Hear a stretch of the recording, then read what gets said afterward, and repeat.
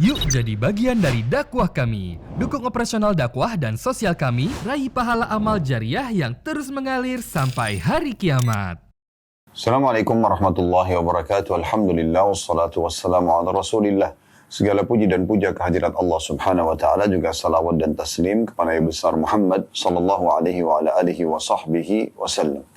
Saudaraku seiman, semoga hari yang mulia ini di mana Allah Subhanahu wa taala menambahkan satu hari lagi umur kita, Allah memanjangkan umur kita sepanjang mungkin yang akan diberikan kepada hamba-hambanya yang soleh, dan semuanya insya Allah berisikan amal soleh, ketaatan kepadanya, penuh dengan kesempurnaan iman, ilmu, dan juga bakti kepadanya, serta juga terselamatkan dari segala macam pelanggaran dan dosa. Dan semoga apapun dosa yang pernah kita lakukan, ada aib-aib, semuanya dimaafkan oleh Allah Subhanahu wa ta'ala.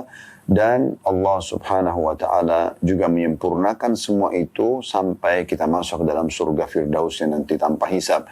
Dan terus kita doakan agar negara kita menjadi negara yang aman, tentram, damai, seluruh umat Islam di bawah naungan ukhuwah Islamiyah.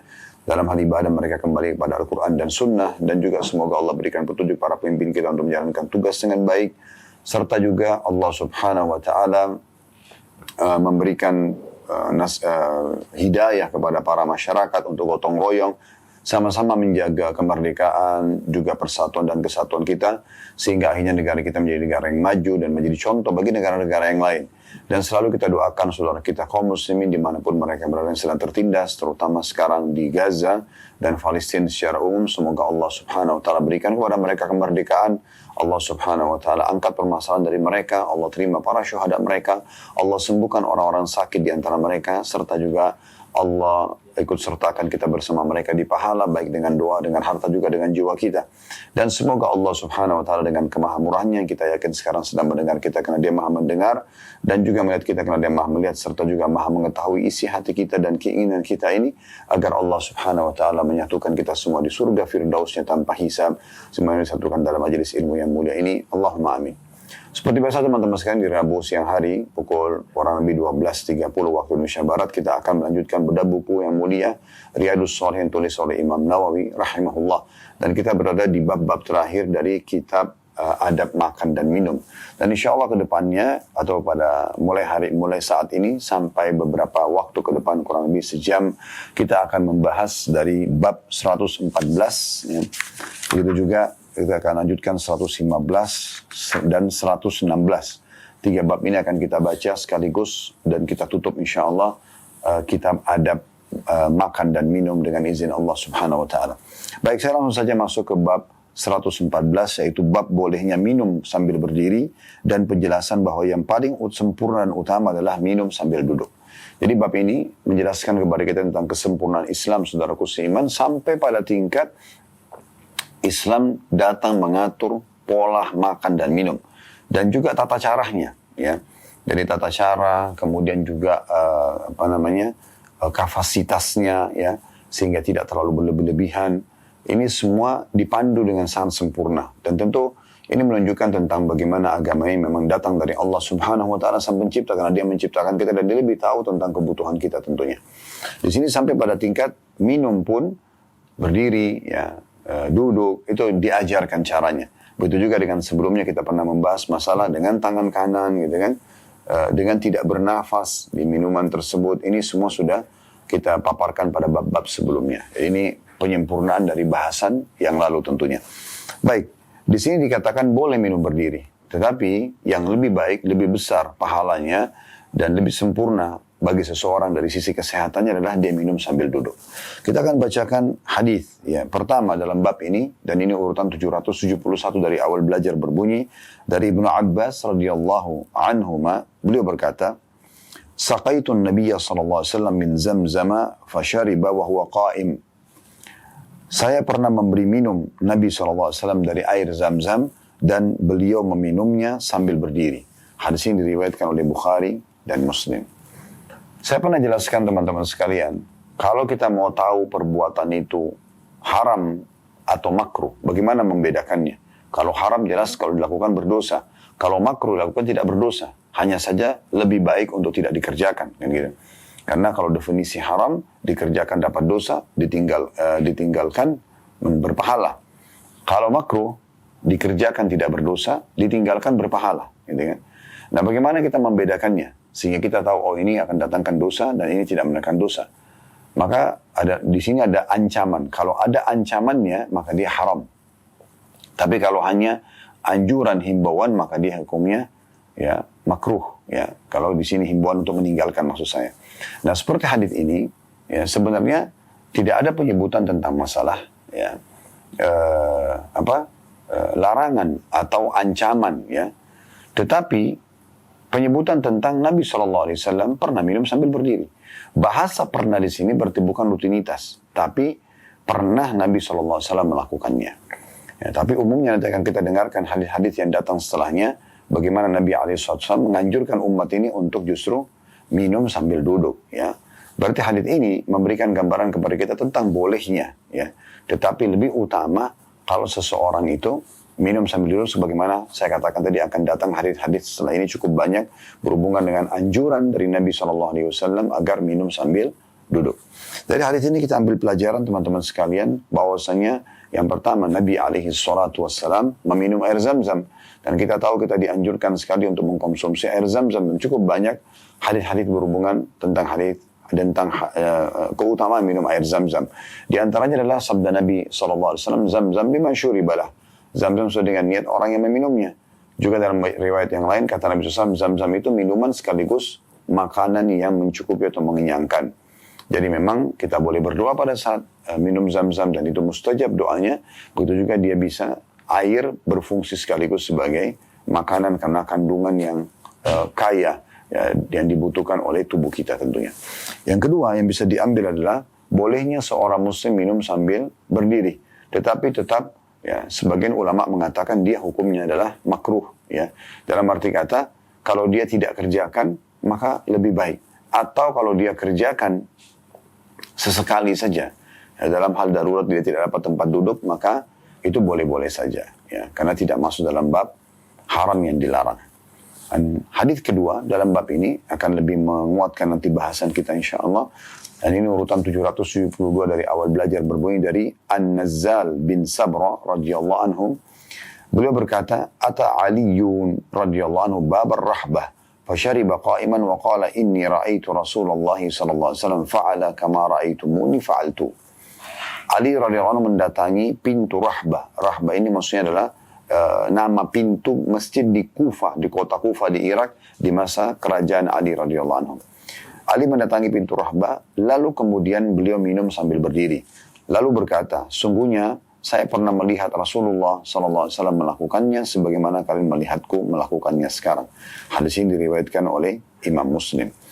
Hadis ini memberikan gambaran kepada kita bagaimana tokoh sahabat ini, sekaligus Khalifah Rashidah yang keempat, Ali radhiyallahu anhu, ingin mencontohkan kepada masyarakat muslim yang pada masa itu faham memang kalau minum duduk adalah sunnah Nabi SAW, tapi beliau mencontohkan ini agar memberikan gambaran kalau sesekali orang bisa saja melakukannya, walaupun lebih utama, sebagaimana Imam Nawawi rahimahullah sebutkan dalam bab tadi yang baru kita bacakan di bab nomor 114, bahwasanya boleh minum berdiri, tapi lebih utama dan lebih sempurna dari sisi pahala, dari sisi kesehatan sebenarnya adalah minum sambil duduk. Jadi di sini Ali menunjukkan tentang radhiyallahu anhu mempraktikkan dan mencontohkan kepada umat kalau ini boleh. Ya. Faedah yang bisa kita ambil dari hadis. Yang pertama, pentingnya seseorang mempraktikkan ilmunya. Dan bagaimana Ali di sini mempraktikkan ilmu yang pernah dipelajari atau didapatkan dari Nabi SAW selama itu adalah perbuatan yang benar. Ya, dan beliau sebenarnya tahu kalau masyarakat muslimin pada masa itu tahu kalau minum duduk adalah sunnah. Dan mereka sebenarnya tidak terbiasa atau tidak ingin minum sambil berdiri, maka Ali mempraktikkan sekali ya, atau sesekali untuk memberikan gambaran kepada mereka kalau ini pernah Nabi SAW melakukan, tapi memang bukan rutinitasnya. Pelajaran yang kedua ya, yang perlu diambil di sini adalah bolehnya seseorang dalam mengajar itu boleh menyampaikan teori saja, materi saja, atau bisa maksud saya teori saja, atau bisa juga dengan praktek. Dan Nabi SAW pernah mempraktikkan cara seperti ini ya. Pernah beliau menyampaikan hanya dengan penyampaian lisan. Biasanya dalam hadis disilakan dengan qauliyah, perkataan Nabi SAW. Pernah juga beliau praktikkan dengan anggota tubuh beliau. Diistilahkan dalam ilmu hadis dengan fi'liyah, perbuatan sikap Nabi SAW. Ya. Dan kadang-kadang beliau juga menggabungkan keduanya. Ya, seperti misalnya, kalau ucapan saja beliau mengatakan misalnya, siapa yang menjaga 12 rakaat sunnah sehari semalam atau dikenal dengan sunnah rawatib, maka dibangunkan baginya istana di surga. Berarti kan penyampaian Nabi SAW. Kemudian kalau fi'liyah adalah seperti contoh beliau berperang, berjihad, ya. Dan juga kalau digabungkan keduanya, seperti sholat, misalnya beliau mengatakan, Sallu kama ra'aitumuni usolli, beliau ucapkan perkataan, lalu beliau langsung praktikin. Bahkan beliau pernah naik di atas mimbar untuk mempraktikkan tata cara sholat supaya dilihat oleh para sahabat. Nah di sini Ali radhiyallahu anhu mempraktikkan dengan cara sengaja minum di hadapan para sahabat untuk memberikan gambaran kepada mereka kalau perbuatan ini boleh dan pernah dikerjakan oleh Nabi Sallallahu Alaihi Wasallam. Dan saya katakan tadi karena masyarakat waktu itu sangat faham umat Islam kalau sunnahnya adalah duduk. Tapi beliau ingin memberikan contoh di sini. Dan ini pernah juga Nabi SAW contohkan terlintas di benak saya pada saat bulan Ramadan, ya. Pada saat lagi safar, lagi puasa, Nabi SAW berbuka puasa di depan para sahabat di saat itu. Untuk menunjukkan hukumnya itu boleh dilakukan. Hadis ketiga dalam bab ini, nomor 773, berbunyi dari Ibnu Umar radhiyallahu anhu, beliau berkata, Kunna ala ahdi Rasulillah sallallahu alaihi wasallam na'kul wa nahnu namshi wa nashrabu wa nahnu qiyam. Kami pada masa Rasulullah SAW pernah, ya, bahasa pernah berarti bukan rutinitas, ya, pernah makan sambil berjalan dan juga minum sambil berdiri. Diriwayatkan oleh Tirmidzi dan beliau mengatakan hadis ini hasan sahih. Ya. Riwayat yang ketiga ini memberikan gambaran kepada kita juga sama, mirip tadi dengan Ali radhiyallahu anhu, tapi ini riwayat Ibnu Umar radhiyallahu anhu. Beliau memberikan gambaran kepada muslimin yang memahami pada masa itu makan dan minum lebih baik dalam kondisi duduk, bahwasanya boleh orang berdiri, boleh sambil jalan, ya. Tidak ada larangan di sini secara khusus muslim membawa dia pada perbuatan haram, ya. Tetapi dia boleh dikerjakan sesekali, apalagi kalau dalam kondisi darurat. Kita nggak memungkinkan untuk duduk misalnya, ya. Maka boleh saja orang melakukan makan sambil jalan, minum sambil berdiri. Kalau minum sambil jalan memang agak repot, ya. Kalau misalnya sambil jalan. Tapi kalau dia minum pemakan mungkin sambil mengunyah, itu adalah hal yang pernah terjadi di masa Nabi SAW. Pelajaran dari hadis ini yang pertama adalah bagaimana Ibnu Umar menggambarkan tentang kondisi para sahabat di masa itu. Dan ini kecerdasan beliau sebagai seorang perawi hadis, di mana beliau menceritakan kalau ini pernah terjadi di masa Nabi SAW. Gitu kan, walaupun tidak ada penyebutan hadis Nabi atau lafaz dari Nabi SAW. Yang kedua, bolehnya seorang muslim makan sambil jalan, minum sambil berdiri, tapi ini bukan menjadi rutinitasnya, hanya menjadi satu keadaan atau dua keadaan di mana memang darurat dia harus melakukannya. Hadis selanjutnya, nomor 774 dari awal belajar dari Amr bin Shu'aib, dari ayahnya, dari kakeknya radhiyallahu anhu ajma'in, beliau berkata, Ra'aitu Rasulullah sallallahu alaihi wasallam yashrabu qa'iman wa qa'ida. Saya telah melihat Rasulullah SAW minum sambil berdiri dan sambil duduk. Diriwayatkan oleh Tirmidzi dengan sanad hasan sahih. Ya. Hadis ini memberikan gambaran kepada kita, sekali lagi, pernyataan seorang sahabat tentang bolehnya seseorang muslim minum dalam kondisi berdiri. Ya. Dan sampai sekarang belum masuk dalam hadis. Nanti setelah ini insyaAllah 775 baru masuk ke hadis tentang larangan Nabi SAW orang minum sambil berdiri, kecuali dalam keadaan darurat. Nah berarti penjelasan para sahabat ini memberikan gambaran tentang bolehnya, tapi bukan menjadi sebuah rutinitas. Nah itu yang kita sedang ingin titik beratkan teman-teman sekalian.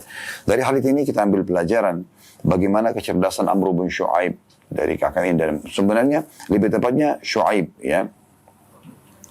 Merupakan sang kakek, ya, yang sahabat Nabi. Dia sang ayah Shu'aib, ya, dan juga ayahnya si Shu'aib ini radhiyallahu anhu, bagaimana kecerdasan beliau dalam menyampaikan pernah Nabi SAW melakukan begini loh, sebagai sebuah informasi. Jadi tidak harus perkataan Nabi SAW, tapi di sini diceritakan tentang sikap Nabi SAW. Dan ini yang tadi saya bilang masuk dalam fi'liyah, perbuatan atau sikap Nabi SAW. Kemudian yang kedua, bolehnya seorang muslim untuk makan dan minum berdiri ataupun duduk. Tetapi tetap lebih pantas dia untuk duduk. Nah, sekarang kita akan masuk ke hadis yang menitik beratkan kenapa dari awal tadi saya mengatakan bahwasanya ada pendapat ulama yang memakruhkan orang minum sambil berdiri, sementara ada riwayat-riwayat yang sudah kita bacakan, ya kurang lebih ada 4 buah riwayat dari 771 sampai 774 menggambarkan Nabi SAW minum sambil berdiri. Ya. Karena memang ini riwayat-riwayat dari sahabat yang dinukil, mereka menceritakan kalau Nabi pernah mereka lihat. Ya. Tapi yang akan kita bacakan sebentar lagi itu langsung hadis Nabi SAW tentang larangan orang minum sambil berdiri. Nah, berarti dan larangan ini tidak diikuti dengan ancaman, maka hukumnya menjadi makruh. Baik, kita masuk sekarang ke hadis nomor 775 yang baru saja saya berikan sedikit gambaran. Ya. Dari Anas radhiyallahu anhu dari Nabi SAW bahwasanya beliau dari Nabi SAW annahu naha an yashraba ar-rajulu qa'ima. Qala Qatada faqulna li Anasin fal aklu qala dzalika asyarru au akhbath. Anas mengatakan bahwa Nabi SAW melarang seorang laki-laki minum sambil berdiri. Qatada berkata, kami bertanya kepada Anas, kalau makan, maka Anas mengatakan itu lebih buruk atau lebih jelek lagi. Diriwayatkan oleh Muslim, dalam satu riwayat miliknya disebutkan bahwa Nabi SAW melarang minum sambil berdiri. Nah, jadi di sini ada riwayat yang mengatakan, di riwayat Imam Muslim, kalau Nabi SAW melarang minum sambil berdiri, dan juga di sini disebutkan bahwasanya Anas mengatakan Nabi SAW pernah menegur dan melarang seseorang yang minum sambil berdiri. Lalu kemudian ditanyakan kepada Anas, kalau makan bagaimana? Kan minum tadi sudah jelas Nabi larang seseorang minum sambil berdiri. Maka Anas mengatakan itu lebih buruk lagi. Nah, dari riwayat ini kita ambil pelajaran bahwasanya adanya yang pertama, adanya larangan dari Nabi SAW untuk minum dan makan sambil berdiri. Ya. Tetapi karena larangannya tidak diikuti dengan ancaman laknat kah, murka Allah kah, siksa kubur kah, siksa neraka kah, berarti menandakan ya, larangan ini hanya sifatnya makruh saja. Larangan ini hanya sifatnya makruh saja. Ya. Atau dilarang tapi tidak berdosa. Kalau dikerjakan tidak berdosa, tapi kalau ditinggalkan justru berpahala. Oleh karena itu Imam Nawawi rahimahullah menyebutkan dalam babnya, minum berdiri boleh, tetapi tetap lebih baik dan lebih sempurna kalau orang minum sambil duduk. Dan kalau orang bicara minum, maka Anas bin Malik mengatakan makan lebih pantas untuk tidak dilakukan sambil berdiri. Nah, tapi riwayat-riwayat sebelumnya, yang sudah kita bacakan 4 riwayat dari 771 sampai 774, memberikan gambaran tentang bolehnya, tapi sesekali sebagaimana sudah kami titik beratkan tadi. Baik, pelajaran yang bisa diambil adalah adanya larangan dari Nabi SAW, itu pelajaran pertama, larangan dari Nabi SAW untuk minum sambil berdiri. Pelajaran kedua, makan juga masuk di dalamnya. Karena kalau minum saja sebenarnya yang bisa lebih sederhana kita konsumsi, itu dilarang berdiri, maka lebih pantas kalau makan karena lebih memakan waktu dengan mengunyahnya misalnya. Maka cobalah cari tempat untuk duduk, kecuali dalam keadaan darurat, maka kita bisa berpegang pada 4 hadis sebelumnya bahwasanya boleh saja tapi bukan menjadi rutinitas kita. Hadis selanjutnya 776. Dari Abu Hurairah radhiyallahu anhu, beliau berkata Rasulullah SAW bersabda, la yashrabanna ahadun minkum qa'ima, faman nasiya falyastaqi. Janganlah seseorang di antara kalian minum sambil berdiri. Barang siapa yang lupa, maka hendaklah dia memuntahkannya. Hadis ini diriwayatkan oleh Muslim. Ya. Hadis ini memberikan lebih tegas lagi kepada kita, kalau adanya larangan dari Nabi SAW, yaitu minum sambil berdiri. Dan dari riwayat sebelumnya, riwayat Anas radhiyallahu anhu 775 tadi, ya, yang hadis sebelum ini, itu beliau mengatakan kalau makan lebih buruk lagi. Berarti memang adanya larangan untuk makan dan minum sambil berdiri. Kemudian selanjutnya, pelajaran kedua, adanya sunnah Nabi SAW. Kalau orang punya tempat duduk sebenarnya, misalnya dia bisa duduk, longgar bagi dia punya ada kursi di dekatnya, tapi dia sengaja berdiri lalu minum.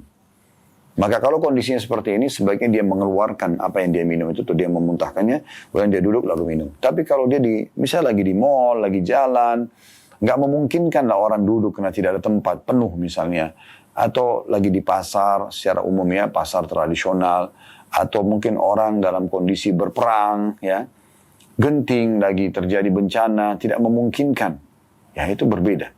Berarti dia boleh saja menggunakan hadis-hadis sebelum ini tentang pernah Nabi SAW minum sambil berdiri, ya, tapi dalam kondisi-kondisi tertentu saja, tidak menjadi pola dia.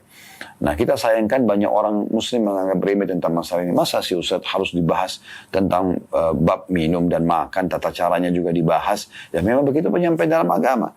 Dan apa kalau saya balik bertanya kepada Anda yang bertanya seperti ini, apa susahnya Anda mempraktikkan semua ini sementara dia mudah tapi berpahala di sisi Allah Subhanahu wa taala? Kan rugi justru kalau kita tidak praktikkan. Ya, kurang lebih seperti itu. Nah, dari hadis ini kita ambil pelajaran adanya larangan dari Nabi SAW. Yang pertama ini pelajarannya, larangan untuk minum sambil berdiri kecuali dalam keadaan darurat. Ya, oleh karena itu sebagian ulama memakruhkan hukumnya karena adanya hadis yang terakhir nomor 776 ini. Ya, karena Nabi SAW mengatakan kalau yang lupa maka dia memuntahkan. Dan saya sudah jelaskan, maksudnya dimuntahkan sini. Kalau orang ada tempat duduk sebelahnya, misalnya dia duduk di restoran, dia ada kursi, ada meja, dia bisa minum sambil duduk. Tapi dia sengaja berdiri lalu minum. Nah, kalau ini kan dia sengaja melanggar sunnah Nabi SAW tanpa ada alasan dia. Tanpa ada udurnya. Kalau udur sudah kita jelaskan tadi. Ya. Maka orang seperti ini teman-teman sekalian sebaiknya dia memuntahkannya. Kemudian yang kedua adanya sunnah Nabi SAW untuk memuntahkan kalau seseorang ya, punya tempat untuk duduk lalu dia sengaja tidak mau duduk sebagaimana sudah kita paparkan tadi. Baik, kita lanjutkan dua bab tersisa. Bab 115 ini hanya ada sebuah hadis saja. Bab disunnahkannya orang yang melayani minum sekelompok orang untuk minum paling akhir. Jadi kalau Anda mau menuangkan botamu, misalnya Anda bawa teko, menuangkan minum, maka Anda menjadi orang terakhir yang meminumnya. Ini sunnah Nabi alaihi salatu wassalam. Ya. Jadi jangan sampai Anda mau tuangkan orang, Anda tuang, Anda minum dulu, baru kemudian Anda kasih orang lain. Sunnah Nabi SAW terbalik. Kita berikan kepada orang dulu semuanya untuk meraih pahala dari mereka. Terakhir baru kita meminum sisa daripada air yang ada di teko tersebut. Ini kurang lebih gambaran tentang bab 115. Sini hadisnya cuma satu saja. Hadis nomor urutan 777 dari awal belajar berbunyi dari Abu Hurairah radhiyallahu anhu. Dari Nabi SAW beliau bersabda, Saqil qaumi akhiruhum syurba. Pemberi minum orang banyak adalah orang yang paling akhir minumnya. Diriwayatkan oleh Tirmidzi dan beliau berkata, hadis hasan sahih.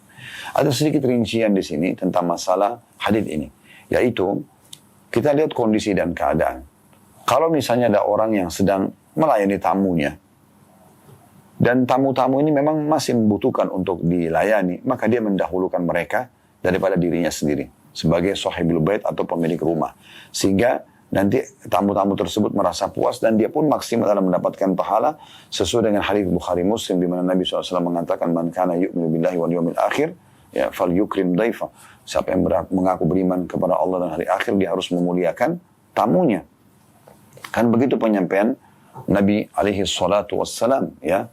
Jadi kita bisa lihat bagaimana dengan kita terakhir minum sebagai pemilik rumah, maka secara otomatis kita maksimal menghormati tamu tersebut dan menunjukkan juga kesempurnaan iman kita kepada Allah dan mengejar pahala yang sempurna di akhirat nanti. Karena kata Nabi SAW, sampai mengaku beriman kepada Allah dan hari akhir, maksudnya berharap masuk ke dalam surga dengan cara mengejar, memperbanyak amal soleh yang nanti akan menentukan derajat di surga. Nah ini yang bisa diambil contoh kalau kita sedang menjadi pemilik rumah. Baik, kemudian kalau keadaannya berbeda, misal dia sedang berbagi kegiatan sosial, berbagi minum, ya, dia bagikan kepada orang-orang. Seperti misalnya di musim haji, ya cukup banyak ya orang berbagi minuman misalnya. Atau Anda sedang melihat bencana terjadi, Anda bisa berbagi dengan orang-orang. Tapi dalam keadaan seperti ini, di saat Anda sudah membagikan kepada orang lain dan ternyata orang non-stop yang datang untuk meminta air tersebut, di saat itu Anda punya hak untuk bisa minum juga. Ya, artinya mungkin kita kehausan karena cuaca panas ya, kita pun boleh minum sejenak. Ya, kita bisa berbagi, meminta waktu dari orang-orang yang masih antri misalnya dibagikan ya. Kami yang pada saat membawa jemaah haji, kami lihat sendiri depan mata bagaimana para petugas itu mereka sendiri memang kehausan sebenarnya karena cuaca yang sangat panas dan memang kondisinya tidak memungkinkan dia untuk tidak minum sampai selesai ya 300-500 orang yang sedang antri atau bahkan bisa sampai ribuan orang yang cukup banyak membutuhkan air di musim panas tersebut. Nah, dia butuh untuk minum di sini. Nah, kebutuhan dia untuk minum, nah ini boleh dia lakukan dan tidak masuk dalam pelanggaran terhadap hadis ini karena memang dia sudah memberi. Dia sudah memberi. Nah, yang masuk dalam larangan hadis ini, ya kalau misalnya orang melanggar hadis ini adalah orang kalau dari awal dia minum dulu sampai dia sudah tidak haus lagi, baru kemudian dia berbagi pada orang lain. Dan ini menunjukkan kesempurnaan agama Islam karena kita dianjurkan untuk mendahulukan berkhidmah dan melayani orang lain dan mengejar pahalanya. Pelajaran dari hadis ini adanya anjuran agar seseorang, yang pertama nih pelajarannya agar orang suka berbagi minum. Dan kita tahu hadis Nabi SAW yang lain, riwayat Imam Ahmad seingat saya, hadis ini berbunyi pada saat ditanya kepada Nabi SAW, sedekah apa yang paling afdal, beliau mengatakan suqyal ma, memberikan minum kepada orang lain. Nah, kita di sini targetnya adalah mengejar pahala ya dengan memberi air minum itu kepada orang lain. Kemudian yang kedua, jadi seringnya kita berbagi minuman ya. Yang kedua, adanya anjuran agar orang yang berbagi minuman, dia mendahulukan orang lain daripada dirinya sendiri. Dan sudah kita rincikan tadi mekanisme di lapangannya. Baik, kita akan masuk teman-teman sekalian bab terakhir di kitab adab makan dan minum ini, yaitu bab nomor 116. Bab bolehnya minum dari semua bejana yang suci selain emas dan perak, bolehnya minum dari sungai dan lainnya langsung dengan mulut tanpa menggunakan bejana maupun tangan. Haramnya menggunakan bejana emas dan perak untuk keperluan minum, makan, bersuci, dan penggunaan lainnya. Jadi dari bab ini cukup banyak yang dibahas ya. Karena beragam hadis penyampaian Nabi SAW yang akan kita dengarkan nanti. Saya ulangi lagi, babnya bolehnya minum dari semua bejana yang suci selain emas dan perak. Berarti ada larangan untuk menggunakan emas dan perak sebagai wadah atau bejana untuk minum ataupun makan. Karena ini adalah bab masuk dalam bab tabzir, ya berlebihan karena pasti nilainya mahal. Sementara kita tidak butuh wadah untuk makan dan minum dari emas dan perak ini. Kemudian bolehnya minum dari sungai dan lainnya langsung dengan mulut tanpa menggunakan bejana maupun tangan. Kenapa? Karena air itu mengalir ya di sungai, ya itu airnya mengalir. Bukan yang larangan sebelumnya, di bab-bab sebelumnya kalau masih ingat, kita dilarang minum dari mulut kendi. Yang kemungkinan itu adalah airnya tergenang dan juga orang lain akan mengkonsumsinya. Tapi kalau ini karena air sungai, dia mengalir, maka tidak masalah kita langsung minum dari air tersebut. Ya. Kemudian terakhir disebutkan tentang tidak bolehnya menggunakan bejana emas perak untuk keperluan minum, makan, bersuci, dan penggunaan lainnya. Baik, kita akan masuk teman-teman sekalian hadis pertama dalam bab ini, urutan 778 dari awal belajar. Dan di sini ada hadis sampai 782 ya. 778 ini berbunyi dari Anas radhiyallahu anhu, beliau berkata, "Hadaratis salatu faqama man kana qaribad dari ila ahli wa baqiya qaum fa utiya Rasulullah sallallahu alaihi wasallam bi mikhdabin min hijara fasagura al-mikhdabu ay yabsuta fihi kaffahu fatawadda al-qaum kulluhum." Qalu kam kuntum? Qala 80 wa ziyada. Dikatakan dalam riwayat dari Anas radhiyallahu anhu, tibalah waktu sholat suatu hari pada saat kami bersama Nabi SAW, maka orang yang rumahnya dekat segera pergi ke keluarganya dan tinggalkan sekelompok orang. Maka Rasulullah SAW diberi bejana dari batu. Bejana itu berukuran kecil sehingga tidak cukup bagi Rasulullah SAW untuk membentangkan telapak tangannya.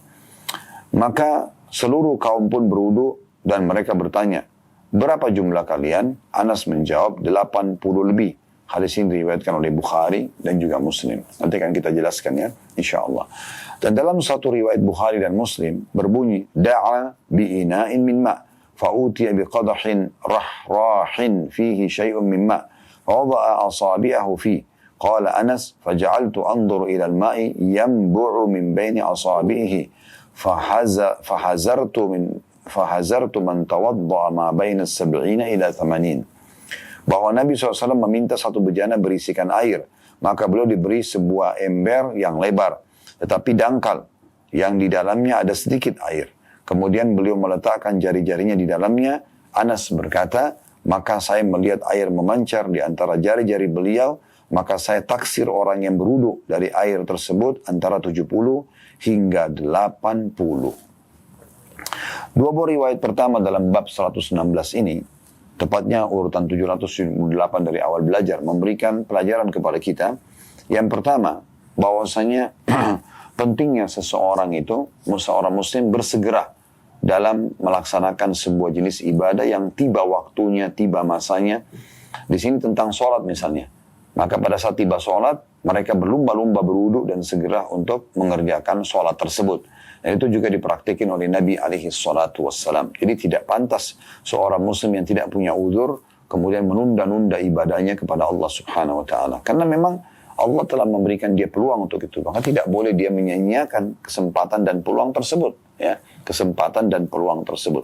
Oleh karena itu dia coba maksimalkan. Ya, itu diambil dari potongan telah tiba waktu sholat di masa kami bersama Nabi SAW. Maka setiap orang berusaha segera kembali ke rumahnya ya untuk berwudu. Ya, dia berwudu kemudian dia kembali untuk sholat. Nah, yang tidak sempat pulang ke rumahnya, maka mereka berwudu bersama Nabi SAW. Kalau ada yang bertanya, kenapa Ustaz masuk waktu sholat mereka tidak wudu aja di masjid? Kenapa mereka harus pulang ke rumah?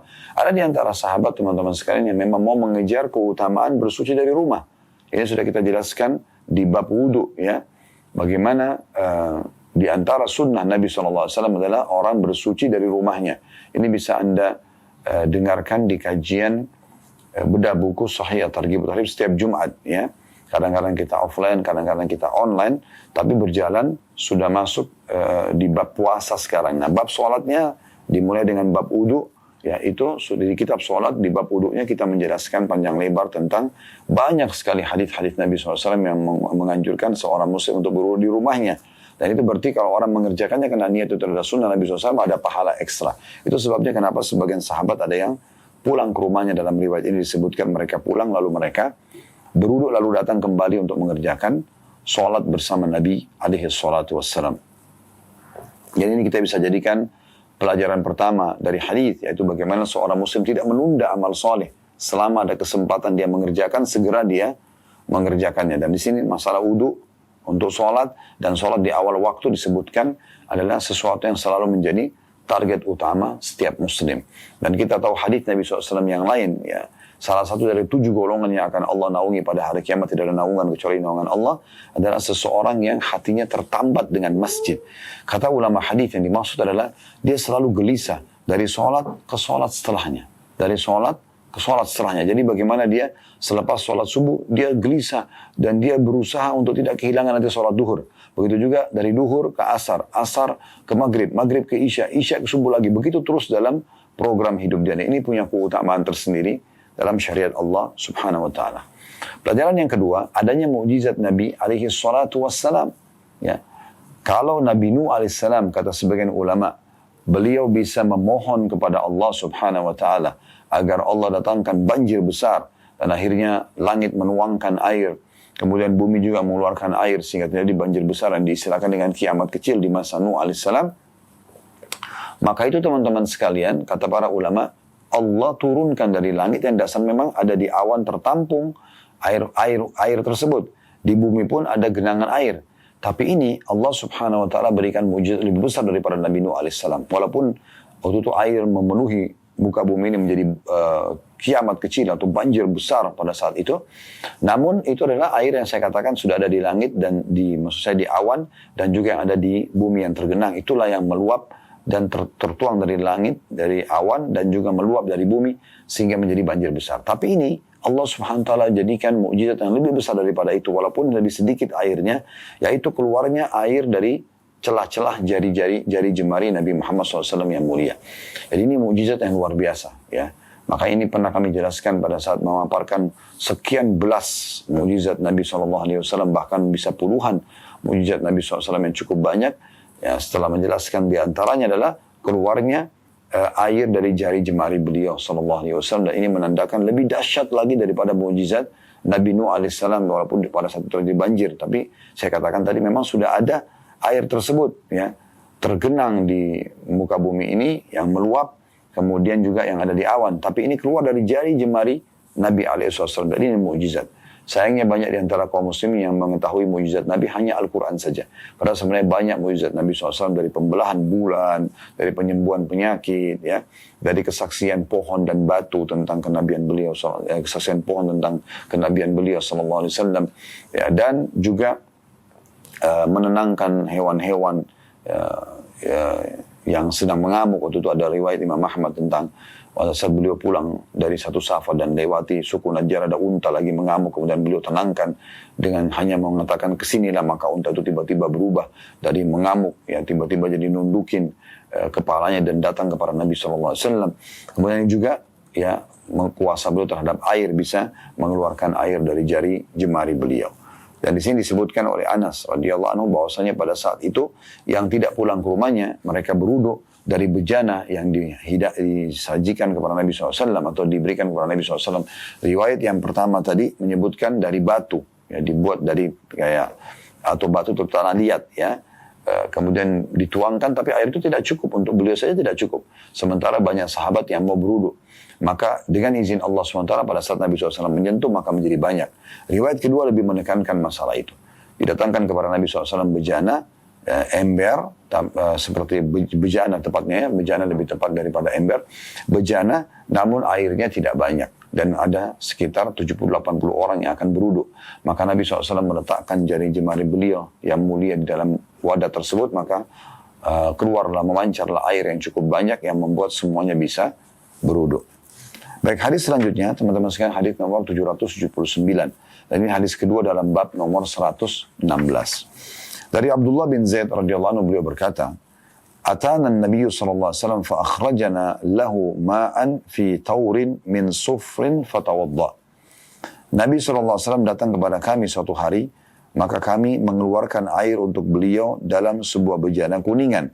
Lalu beliau pun berwudu, diriwayatkan oleh Bukhari. Riwayat ini memberikan gambaran kepada kita bahwasanya Nabi SAW pernah berwudu.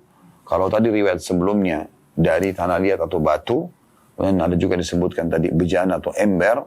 Nah, di sini disebutkan warnanya, ya. Berarti sangat rinci, ya, bagaimana para sahabat menyampaikan supaya umat ini faham mana yang boleh, mana yang tidak boleh. Karena ada juga nanti beberapa hadis dalam bab atau kitab pakaian yang akan kita jelaskan pada pertemuan akan datang insyaAllah. Itu memang yang memberikan gambaran kepada kita. Ada warna-warna pun yang memang yang disukai oleh Nabi SAW, dan ada warna yang tidak disukai oleh Nabi SAW. Berarti memang warna pun berpengaruh, ya. Atau mungkin warna itu punya hubungan erat sama jenis benda itu sendiri. Karena kan di sini ada bab tadi tidak boleh menggunakan dari perak ataupun emas, ya. Tetapi dalam hadis ini disebutkan ada bejana kuning didatangkan untuk Nabi SAW dan digunakan untuk berwudu. Di sini bukan berarti dia bejana dari emas, tapi memang cuma warnanya kuning saja. Berarti kalau warnanya kuning, walaupun warnanya seperti warna emas, tapi kalau hanya warna saja itu dibolehkan. Tapi kalau terbuat benar asli dari emas itu yang tidak boleh. Sebagaimana tadi kami paparkan atau sempat singgung di bab atau menjelas atau pada saat membaca bab 116 tadi, karena ada bab tabzir, ada mubazir, berlebih-lebihan, dan itu dilarang oleh Allah Subhanahu wa ta'ala. Dari hadis ini kita ambil pelajaran bahwasanya bolehnya seseorang bahkan dianjurkan, ya, untuk meraih pahala ekstra, memudahkan wudu untuk orang lain dengan kita mendahulukan dia misalnya ke keran, ya, atau kita siapkan, kita tuangkan airnya. Itu sering kali dikerjakan para sahabat untuk Nabi alaihi salatu wassalam. Berarti secara otomatis semua wudu yang atau pahala wudu juga didapatkan bagi orang yang menuangkan air atau memudahkan wudu tersebut untuk orang lain, ya. Nah, ini juga masuk kalau lebih luas bahasanya adalah orang-orang yang bersedekah menyiapkan keran-keran air di kamar mandi masjid untuk berwudu misalnya. Nah, itu sangat bagus, ya. Kemudian yang kedua, bolehnya menggunakan bejana yang berwarna kuning asal bukan dari emas.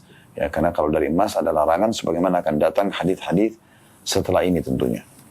Baik, kita masuk hadis selanjutnya, hadis nomor 780 teman-teman sekalian, dari Jabir radhiyallahu anhu, anna Rasulullah sallallahu alaihi wasallam dakhala ala rajulin min al-ansar wa ma'ahu sahibun lah. فقال رسول الله صلى الله عليه وسلم إن كان عندك ماء بات هذه الليلة في شنة وإلا قرعنا. Artinya bahwa Rasulullah SAW masuk menemui seorang Ansar bersama seorang sahabat beliau. Maka Rasulullah SAW bersabda, jika kamu mempunyai air yang telah menginap dalam kirba sejak tadi malam, jika tidak maka kami akan minum langsung dari mulut dalam kurung tanpa gelas dan juga tanpa tangan. Diriwayatkan oleh Bukhari. Hadis ini memberikan gambaran kepada kita bagaimana Rasulullah, atau langsung saja pelajaran pertama, bolehnya seseorang untuk bertamu ke rumah temannya. Karena orang Ansar ini adalah sahabat Nabi SAW. Dan boleh seseorang di saat butuh makan, butuh minum, dia datang ke tempat sahabatnya.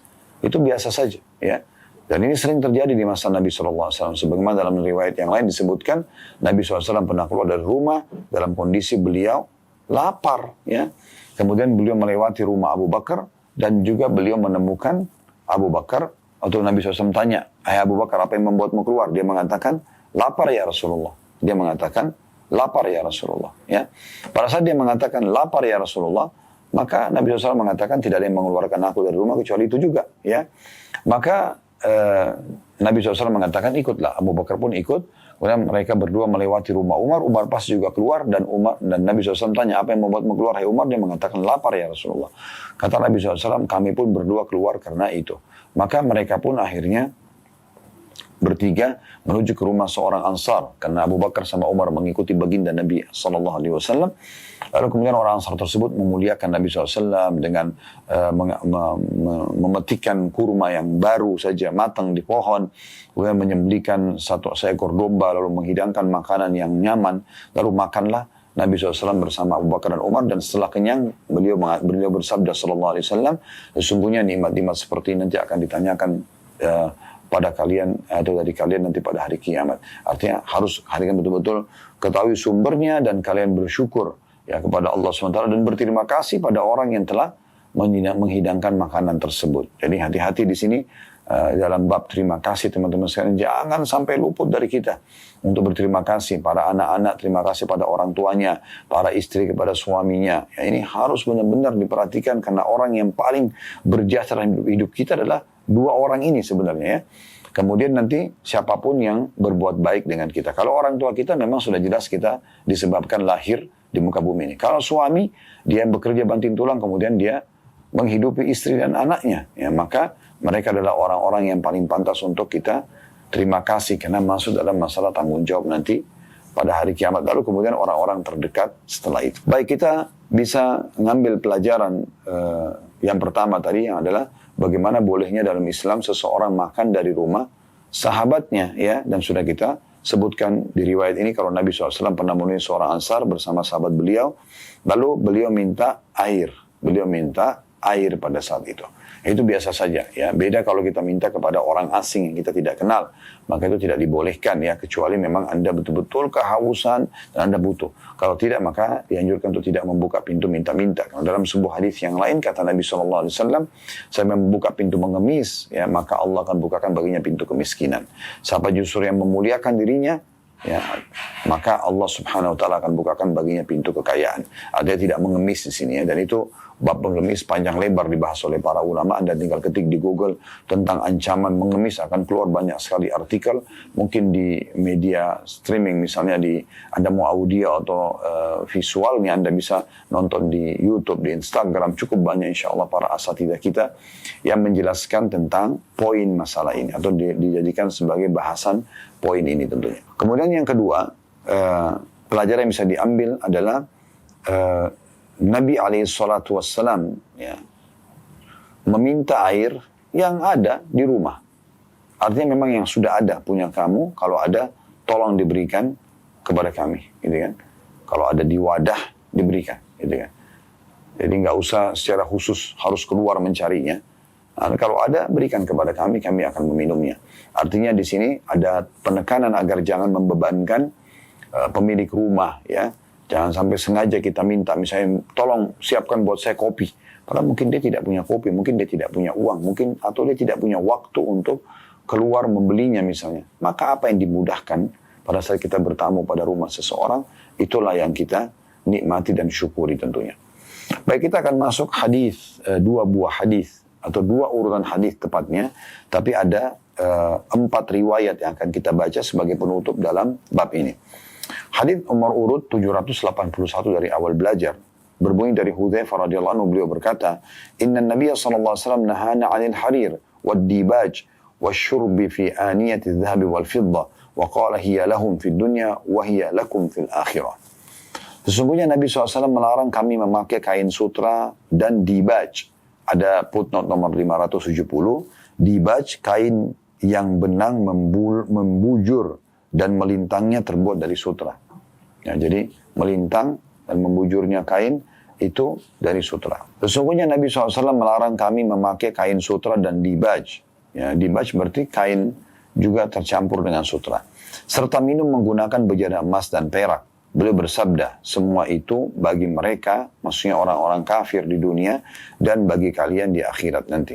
Hadits ini riwayat Bukhari dan Muslim. Bukhari dan Muslim. Riwayat ini teman-teman sekalian memberikan gambaran kepada kita yang pertama, adanya larangan dari Nabi SAW ya, untuk menggunakan kain sutra, ya, apakah itu sutra murni semuanya, atau sutra kain tapi didominasi oleh sutra. Didominasi oleh sutra. Kalau hanya sebagian kecil sutranya, ini masih persediaan pendapat ulama. Tapi kalau semuanya murni sutra maka tidak boleh. Terkhususkan bagi kaum laki-laki. Terkhususkan bagi kaum laki-laki kalau digunakan sebagai pakaian. Nanti akan lebih jelas di kitab nomor 3 nanti. Setelah ini insya Allah pekan depan kita akan bahas kitab pakaian ya. Ada bab khusus nanti juga tentang masalah larangan untuk menggunakan sutra terutama bagi laki-laki ya. Tapi boleh bagi perempuan. Boleh bagi perempuan. Pernah Nabi SAW mengangkat 2 benda. Ya, di tangan beliau yang satu emas dan di tangan yang satunya lagi sutra. Dan beliau mengatakan, inna hadani haramun ala dzukuri ummati. Sesungguhnya 2 benda ini haram bagi laki-laki umatku. Nah, maksudnya bagi perempuan boleh saja menggunakan misalnya gelang emas, cincin emas, segala macam ini boleh saja bagi perempuan. Tapi bagi laki-laki tidak dibolehkan. Apakah itu emas kuning, apakah itu emas putih, intinya namanya emas nggak boleh. Ya, beda kalau perak dibolehkan bagi laki-laki dan perempuan. Tapi kalau emas hanya boleh perempuan saja. Begitu juga dengan sutra. Kalau sutra maka laki-laki tidak boleh sama sekali. Ya, yang dilarang oleh Nabi SAW dalam bentuk pakaian dan boleh bagi perempuan. Itu pelajaran pertama, bahwasanya dilarangnya kaum laki-laki muslimin untuk menggunakan kain sutra sebagai pakaian mereka, sementara dibolehkan untuk kaum perempuan. Kemudian pelajaran kedua, dilarangnya untuk minum, ini untuk laki-laki dan perempuan sama kalau di sini. Minum dari wadah yang terbuat dari emas dan perak. Ini laki-laki dan perempuan dua-duanya tidak boleh. Kalau pakaian tadi ada pengecualian, perempuan boleh, kalau laki-laki tidak boleh. Tapi kalau sudah minum dan makan menggunakan wadah emas dan perak, dua-duanya tidak boleh. Laki-laki dan perempuan tidak dibolehkan. Dan beliau mengingatkan tentang poinnya karena itu adalah untuk orang-orang kafir dunia, sementara untuk kita nanti di akhirat. Karena nanti di surga memang semua ya wadah untuk makan dan minum itu dari emas dan perak. Dan ini sudah kami jelaskan di bedah buku Rasulullah SAW cerita tentang surga dan neraka. Lebih dari 30 bab kita membahas tentang surga. Di antara ada bab khusus makanan dan minuman ahli surga. Memang mereka menggunakan wadah, bejana, apapun yang digunakan di surga nanti dari emas dan juga dari perak. Di dunia kita tidak boleh menggunakannya. Nah, hadis nomor 782 lebih tegas lagi yang menjelaskan tentang haramnya menggunakan bejana makan dan minum dari emas dan perak. Nah, di sini kita kembali kepada penjelasan kami di awal pertemuan tadi ya. Bagaimana kalau seseorang memahami mana yang haram dan mana makruh. Haram adalah sesuatu yang diikuti dengan ancaman berat. Sementara makruh hanya ada himbauan, ya, larangan tapi tidak diikuti dengan ancaman. Dan di sini kita lihat haram mengkonsumsi atau menggunakan bejana emas dan perak atau wadah apa saja. Sendok, garpu, pisau, piring, ya, gelas, cangkir, apa saja, teko, semua yang dipakai untuk makan dan minum dari emas dan perak tidak boleh secara mutlak, ya. Jangan karena Anda merasa diri Anda, karena saya mampu kok, atau di negara saya itu biasa saja sebagai tradisi. Enggak, Islam harus jadikan sebagai tradisi kita. Jangan dibalik tradisi diislamkan, ya. Sebab memang setiap muslim harus punya standarisasi pola dia dalam keseharian, ya.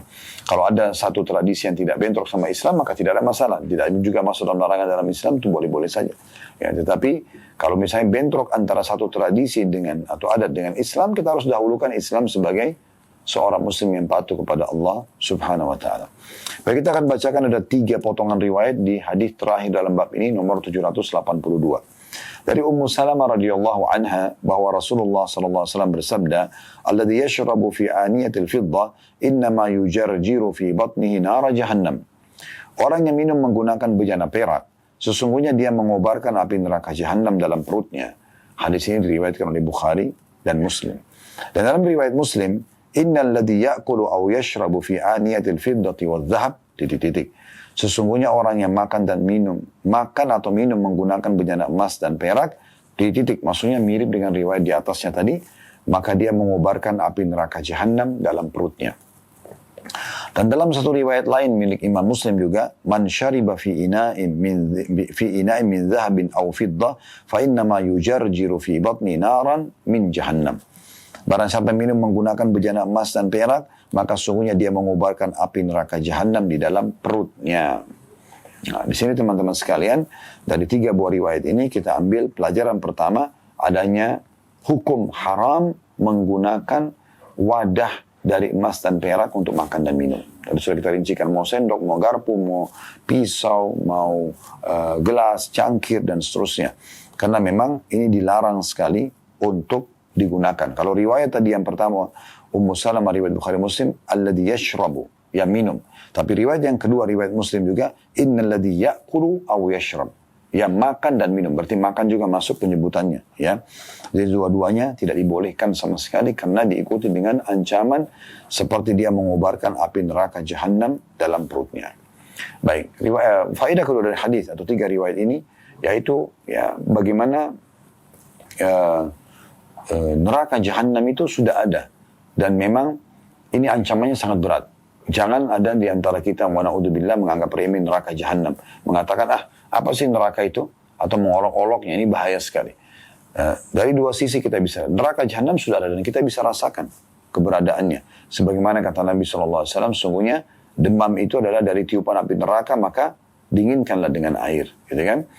Maka ini ada berarti. Dan kata Nabi SAW dalam sebuah hadis atau beberapa hadis yang sahih, siapa yang memohon kepada Allah agar dimasukkan ke dalam surga, dalam satu riwayat 3 kali, riwayat lain 7 kali, maka surga akan mengatakan, ya Allah, masukkan dia ke dalamku karena dia telah memohon untuk dimasukkan ke dalamku.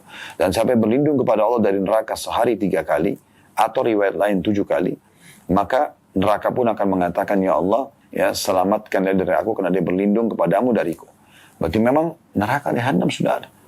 Lalu dalam riwayat lain, kata Nabi SAW, dihasankan oleh para ulama, neraka jahanam mengeluh kepada Allah sebagainya membakar sebagian yang lain, gitu kan? Beberapa terjemahan mengatakan memakan yang lainnya, gitu kan? Dari sini maksudnya kena panasnya, gitu ya.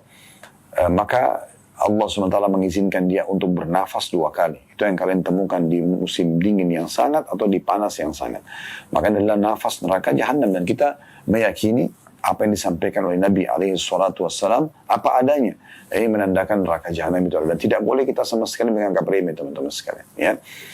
Neraka jahanam ini luar biasa. Waktu orang-orang munafik menggambarkan kepada para sahabat yang ingin keluar pergi perang Tabuk, mereka mengatakan, kan cuaca panas, untuk apa kita keluar? Tunggu aja dulu reda cuaca baru kita keluar berperang. Tapi karena perintah Allah dan Rasulnya pada saat itu harus keluar, orang-orang beriman patuh semuanya. Ya. Karena sifat mereka dalam surah At-Taubah disebutkan, ma kana lil mu'minin wala mu'minatin idza qada Allah wa rasuluhu amran an yakuna lahumul khiyaratu min amrihim. Tidak layak bagi mukmin laki-laki dan mukmin perempuan pada saat Allah dan Rasulnya memerintahkan sesuatu, mereka masih punya pilihan yang lain. Gitu kan, itu prinsipnya. Tapi orang-orang munafik mengatakan, ini kan masih panas, kita jangan keluar dulu. Mereka coba menolak perintah Allah dan Rasulnya. Maka Allah turunkan firman-Nya, qul naru jahannam asyaddu harra. Jawab mereka bahwasanya neraka jahanam lebih panas daripada cuaca yang mereka rasakan sekarang. Karena itu hanya tiupan kecil dari api neraka. Neraka jahanam, kalau kalian tidak patuh pada Allah dan Rasulnya, lebih panas daripada ini semuanya. Oleh karena itu kita harus hati-hati teman-teman sekalian dari ancaman neraka jahanam, karena ini puncak ancaman terberat bagi manusia, ya, yang berbentuk siksaan abadi nanti di dalamnya. Oleh karena itu harus hati-hati. Allahu a'lam. Dengan ini alhamdulillah kita sudah menyelesaikan bab atau kitab, tepatnya kitab adab makan dan minum, dan kedepannya kita akan masuk insyaAllah di kitab yang ketiga dari Riyadhus Shalihin, yaitu kitab pakaian. Dan bab pertamanya berlanjut dari awal kita belajar bab 117, bab anjuran memakai pakaian putih, bolehnya memakai pakaian berwarna merah, hijau, kuning, dan hitam. Boleh dari bahan katun, linen, bulu, wol, dan sebagainya selain sutra. Nanti akan kita jelaskan panjang lebar masalah ini insya Allah pertemuan akan datang. Dan saya tetap mengajak teman-teman sekalian untuk selalu partisipasi bersama kami untuk meraih pahala di medsos ini dengan mengikuti anjuran medsos itu sendiri. Seperti YouTube misalnya dengan subscribe, like, dan juga loncengnya. Sehingga Anda selalu mendapatkan notifikasi dari kami kalau ada live atau ada berita penting gitu ya. Begitu juga dengan Instagram, Facebook, TikTok atau apa saja media yang ada, Telegram. Ya, itu kalau ada tata cara yang dia pandukan, Anda ikuti itu untuk mendukung, insya Allah mudah-mudahan dengan penyampaian hadis-hadis yang cukup banyak, ayat-ayat Al-Quran, penyampaian perkataan para ulama, penjelasan, ya, maka itu banyak umat Islam mengambil faedah dan juga dapat partisipasi dengan pahala di situ. Kemudian juga kami mengajak Anda bergabung dengan Yayasan Sedekah Kreatif, yayasan yang Allah amanahkan di pundak kami untuk melaksanakan atau melakukan banyak kegiatan-kegiatan sosial di sana. Dan juga bagi Anda berminat untuk mengikuti program umrah dan haji untuk mencas kembali iman kita dan meraih keutamaannya, Anda bisa bergabung dengan travel yang Allah manahkan juga ke pundak kami, yaitu Uhud Tour. Anda bisa lihat di media kami. Begitu saja teman-teman sekalian, semoga apa yang kita bahas pada hari ini bermanfaat buat kita semua. Wada benar dari Allah, wada salah dari saya mohon dimaafkan. Subhanakallahumma bihamdika, asyhadu an la ilaha illa anta astaghfiruka wa atubu ilaik. Wassalamualaikum warahmatullahi wabarakatuh.